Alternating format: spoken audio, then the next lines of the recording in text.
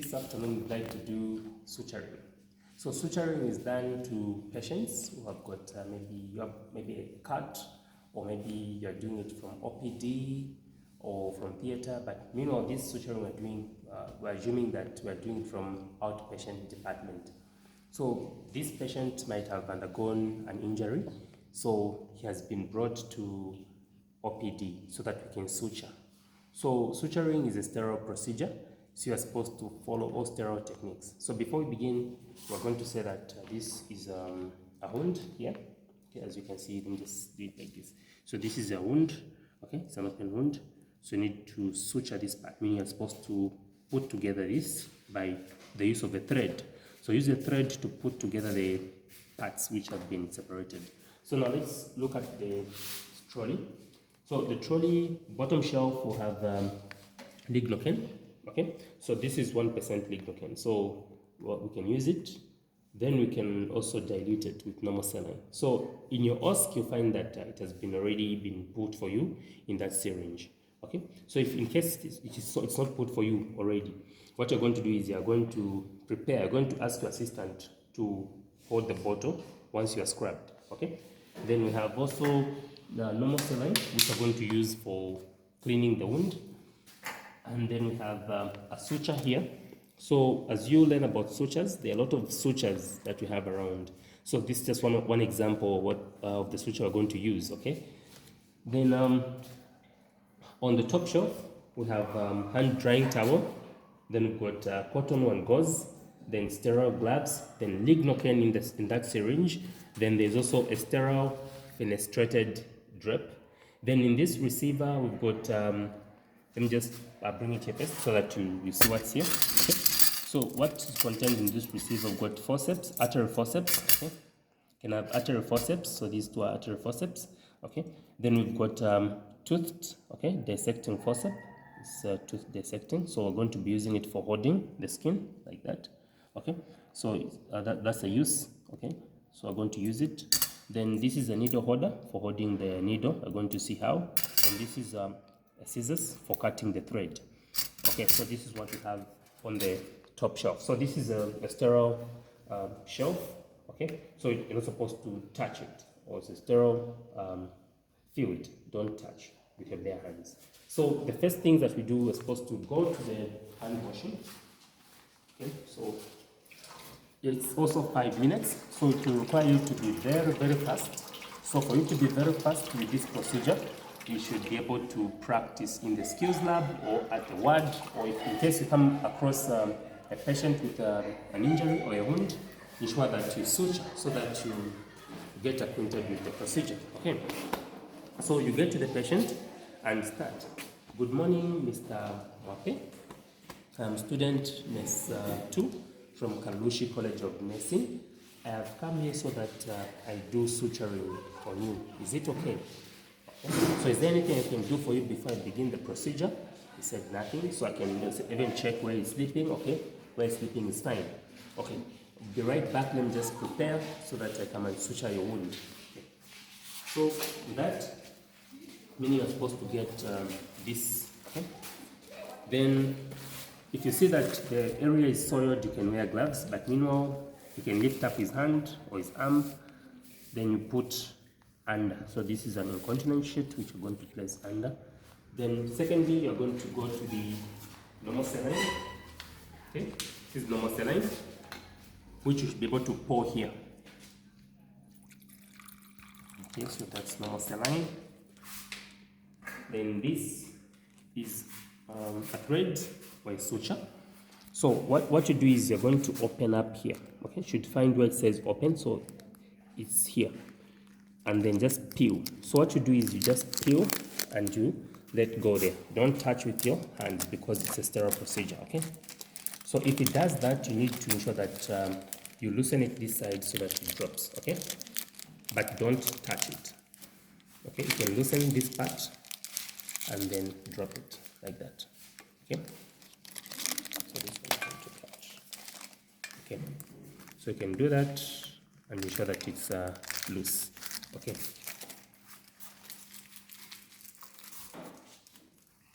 So once that is done, meaning that you are good to go, you can just simply scrub. So you just scrub 1, 2, and then do that.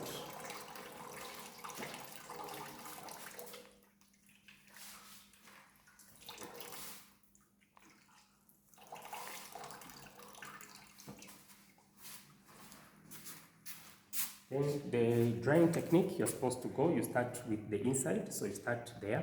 Ensure that your hands are dry. Okay, there you reach there. Second, you go behind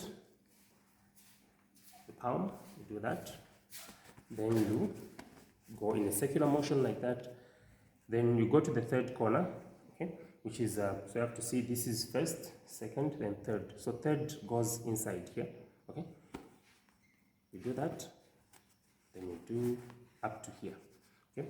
Fourth corner, so you need to check, this is the fourth corner, goes outside. So you go there like that, then dry up to your elbow. Once you do that, you have to throw this towel in the basin. So you go, throw in the basin, okay? Not on the floor, but in the basin. So once you do that, then go to the sterile gloves. So sterile gloves, you have to get, and then as usual, this part is not really considered sterile, but this part is sterile, so don't touch with your bare hands. So just slide like that, okay, and then just do that, then go to the other one, okay, like this, then push in your fingers like that, okay. Then you can correctly place your fingers. So once this is done, what you do now is you're supposed to prepare the sterile field. So there is a debate in terms of checklists. Some checklists would say that you're going to give lignocaine first, okay, before you clean. Some checklists say that you're going to clean the wound, then give lignocaine. So I'm going to follow the latest one, which says maybe you just inject, meaning give lignocaine, then you clean. So there are those debates there. So what we're going to do is we're going to ensure that we drape. This is fenestrated drape, so you drape, just leaving the area there where you're going to work from. Okay. Then the next thing we're going to do is this procedure, you shift this here, this receiver. So if you take note on the procedures we've been doing, the sterile procedures, there are a few procedures in which you can shift this receiver to put it here. So take note. So you should not mostly shift the sterile receiver to the sterile field. Mostly you just work on the trolley, but suturing you shift, you place it there. So take note about these other procedures which you do not shift any sterile receiver to put it on the sterile field, okay, which I've created here. So at this moment, I'm going to get this syringe and needle where there is lignocaine and ensure that you inject. So what you do is you're going to look at this wound. The wound is here, so you're going to inject lignocaine this side and this side. So what do? You're going to do that, okay? You inject like that. Once you inject like that, then you're supposed to at least withdraw. You're withdrawing because you want to check, is it in the blood vessels or not? So if you don't see any blood coming as you withdraw like that, meaning that it's not in the blood vessel, so you can inject, okay? So when you do that, as you are removing, you're pushing. So the technique is you're pushing the drug, meaning lignocaine, and then you're withdrawing like that until it's out. You keep injecting the drug. Then you do the same on the other side. So this other side you also prick like that. Okay, as you can see, this is almost like subcutaneous. Okay, it's going to the subcut.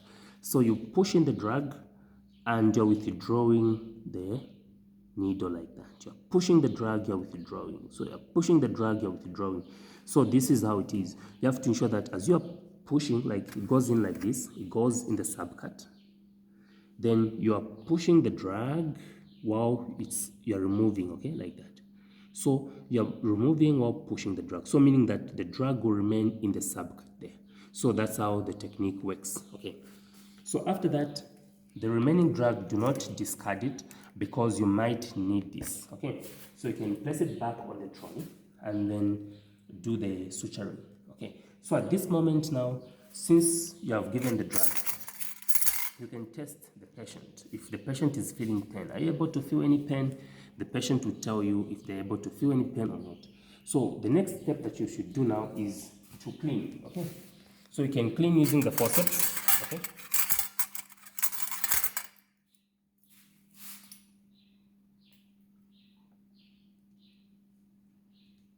So with cleaning, you're going to use one swab.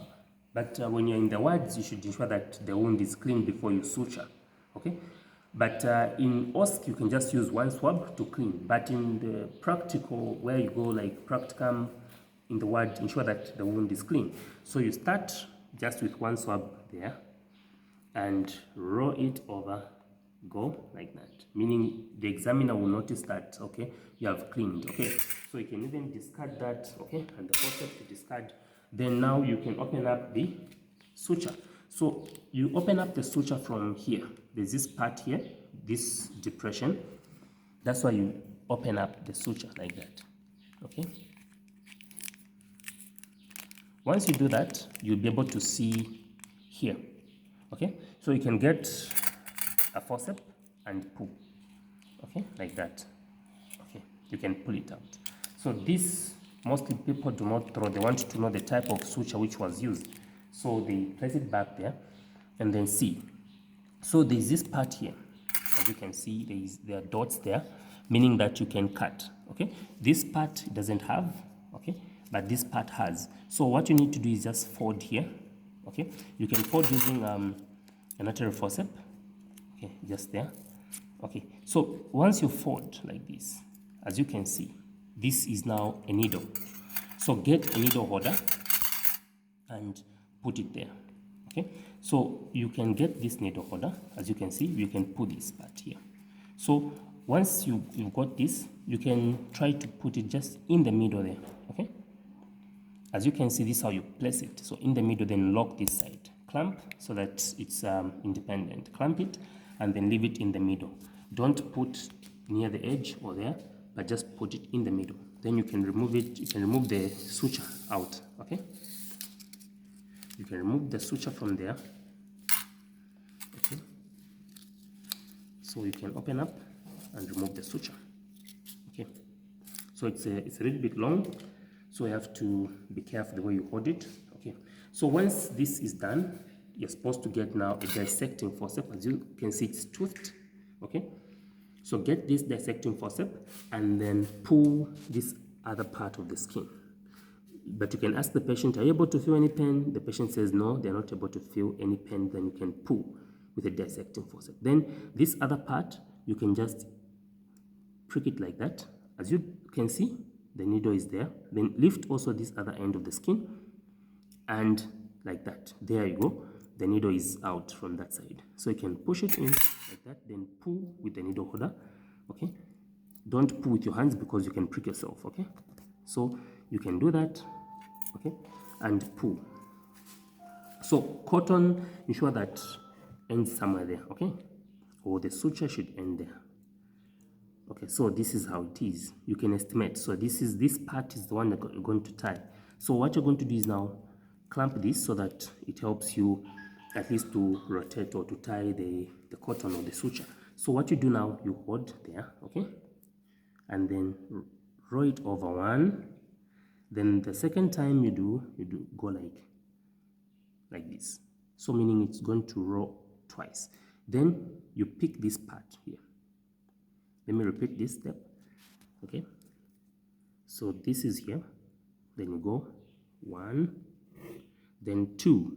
You go like that. Then you pick this part.